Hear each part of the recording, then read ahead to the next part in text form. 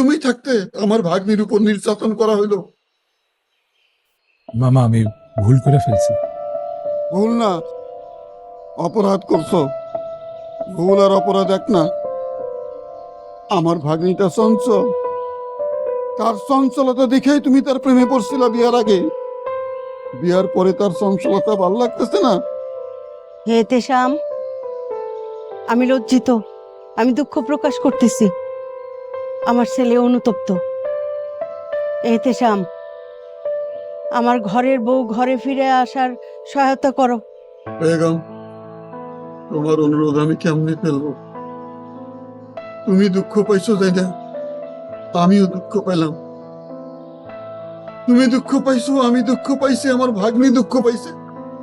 দুঃখে দুঃখে তো বাইরে বেরিয়ে শুরু হয়ে গেল। আমি এখন কি করু?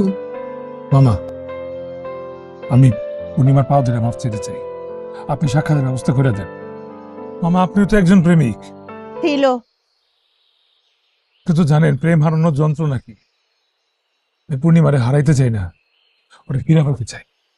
হাত ছাড়ো, চোখে পানি আসছে, মুছতে দাও। সাদ, তারে কানতে দাও।